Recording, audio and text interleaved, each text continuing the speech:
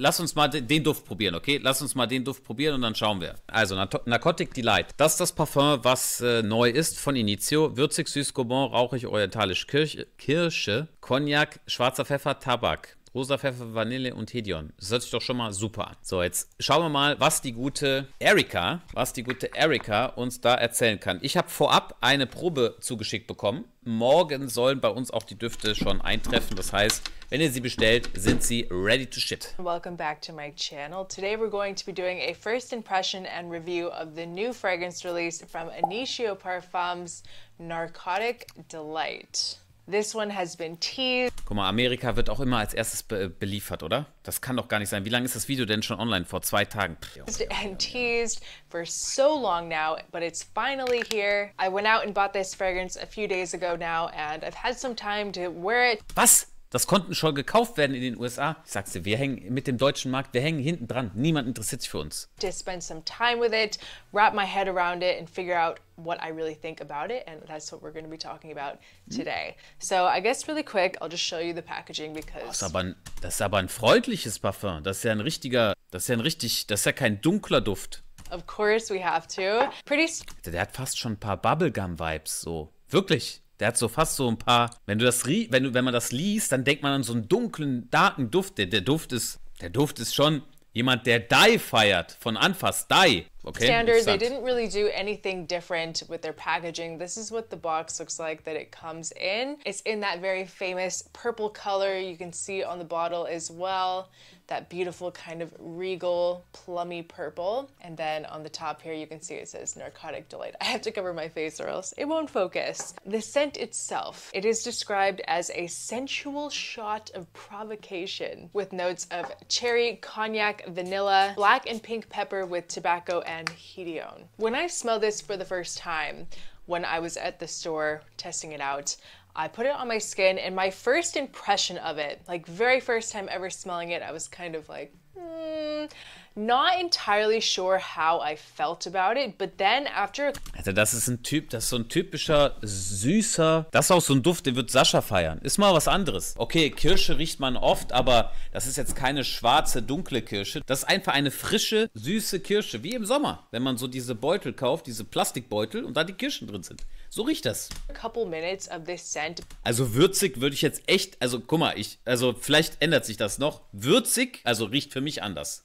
Being on my skin, I started to really figure out what this is all about. It opens with a very smooth sweetness from the get-go. Nothing overpowering, but you're mainly getting this very boozy cognac mixed with a little bit of cherry. But the cherry itself is not overly juicy, it's not overly bright or punchy or anything like that. It kind of brings a little bit of this fresh side to this, but the cherry itself is not the star of this scent. It's really kind of muted there in the background and just kind of acts as a supporting note to the rest of the fragrance. Definitely not a standout cherry, it just kind of peeks through from the background. And after about 30... Also die Kirsche, da hat sie schon recht, es ist jetzt nicht so ein purer Kirschduft, wie man das von Duquesa oder so kennt. 30 seconds, you start to get more of this pepperiness. The pepper starts to come out a little bit more, but once again, it never comes out in a way that's overly spicy. And also there's a part of this scent that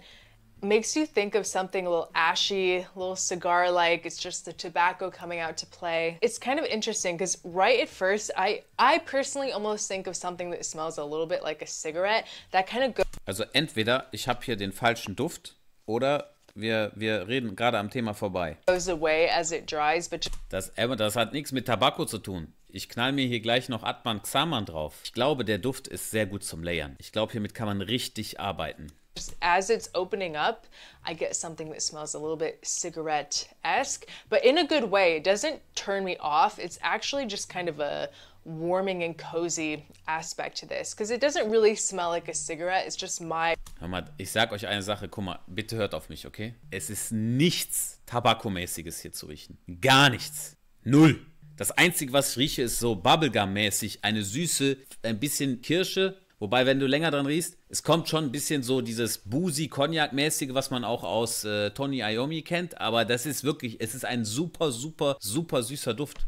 my personal, like what I associate with this scent.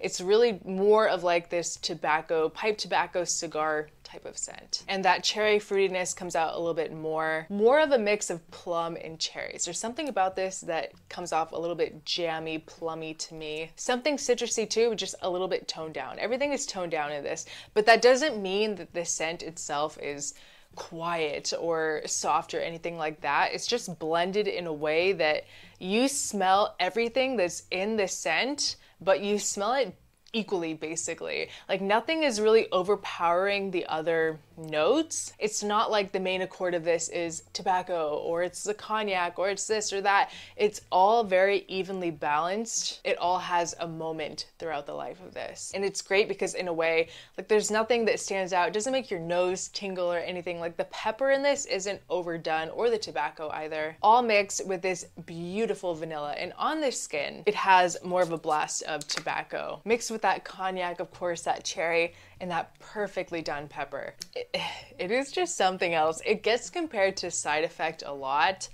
Nein, nein, Side Effect ist anders, ganz anders. Das ist ein freundlicher, schöner, anders fruchtiger Duft, der auch noch eine dunkle Note hat. Wir werden gleich Folgendes machen, Leute. Gleich, ich hole mir da hinten ein paar Parfums. Ich glaube, wir können damit richtig gut mixen. Ich glaube, mit diesem Parfum, da können wir was anstellen. Weil der passt zu meinem, ich sehe jetzt schon die Verbindung zwischen Rudies. Zu was sehe ich die Verbindung noch? Atman Xaman sehe ich auch. Ja, wir gehen jetzt rein. Wir gehen da mal rein. Wir schnuppern aber gleich rein. I can kind of see the relation. I mean, I feel like with Initio, when you smell it, you kind of feel like there's a common DNA going on. Like they're all related in a way to some extent. That's usually a theme within most perfume houses, that they have something similar. And you get that relation to Side Effect, but this is a much more refined fragrance, I think. But in a way as well, I get something from Paragon too. Seriously, so well done. It's not overpowering like something like Angel Share. I would kind of put this in the same category as things like Angel Share by Kilian, Herod, Parfum de Marly, even Rouge Smoking by BDK. But for some reason, there's something about this one that I like. Würdest du den Arabian King im Hochsommer tragen? Klar, die Jungs, was meinst du, was die Jungs in Dubai tragen? Bei 40, 50 Grad. Even more, which is so surprising to me after I've worn it a few times, because like I said at the beginning of the video, when I smelled it for the first time, I wasn't entirely sure about this scent, but it really, really grew on me. There's just something about this that feels very, very high-end.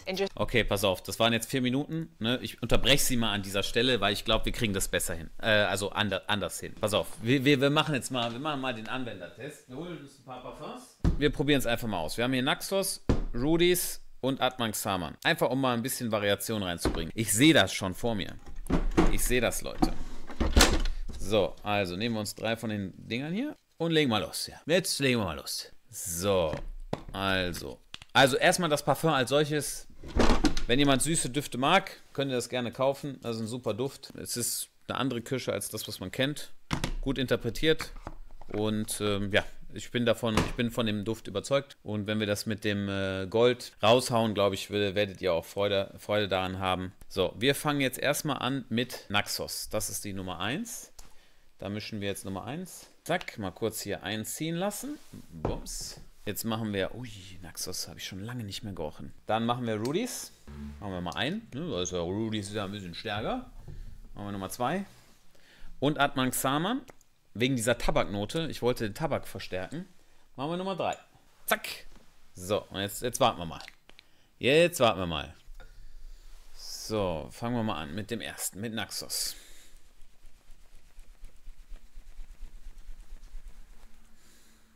Ne, ist nix. Gut, wir haben es probiert. War nix. Okay, das könnte was werden.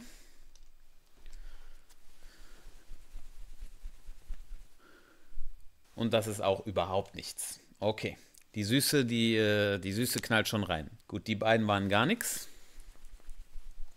Ja, es öffnet so ein bisschen den Rudies, obwohl es auch stärker ist als, also es overpowert auf jeden Fall, es overpowert so diese Holznote. Es bringt so ein bisschen, wenn man Initios Narcotic Delight so riecht, dann hat man halt eine Süße, so eine Pappsüße, und durch dieses Rudies Kommt so eine leichte, nicht kratzige Note rein, aber schon so eine, ja, so eine Holznote mit dazu. Süßholz, wird man vielleicht jetzt sagen. Mhm. Ja, das macht den Rudis etwas also ruhiger und man holt das so ein bisschen, das ergänzt sich gut. Alle drei nichts, doch, den würde ich so tragen. Also mit Rudis gemixt, finde ich, kann man es machen. Ja, was soll ich sagen? Also, guter neuer Release. Ich guck mal. Und was ist Süßholz, Bro? Süßholz, Bro, ist sowas, wie du jetzt in beispielsweise Oud for Greatness oder Baccarat Rouge riechst. Ne? So dieser Mix, ja, zwischen süßen Noten, die bestehen aus Safran und so weiter und holzigen Sandelholz. So das in der Mischung. So, ja. Süßholz.